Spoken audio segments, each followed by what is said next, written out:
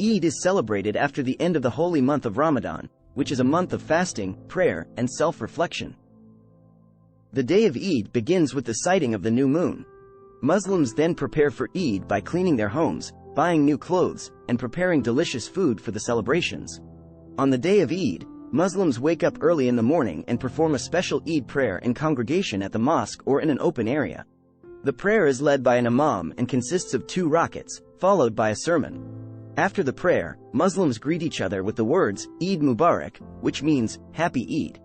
They also exchange gifts, sweets, and food with their family, friends, and neighbors. It is a day of spreading love and kindness. Eid is also a day of feasting. Muslims prepare delicious food and desserts to share with their loved ones. It is a day of enjoying good food and spending time with family and friends.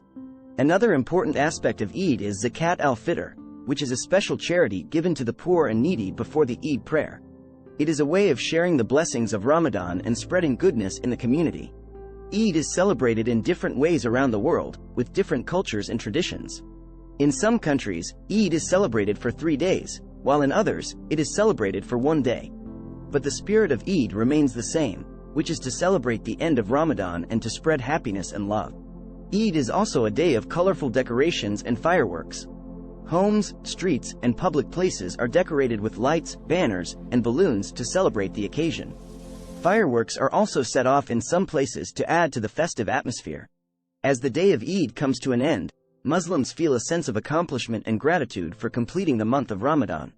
They also look forward to the next year's Ramadan and Eid celebrations.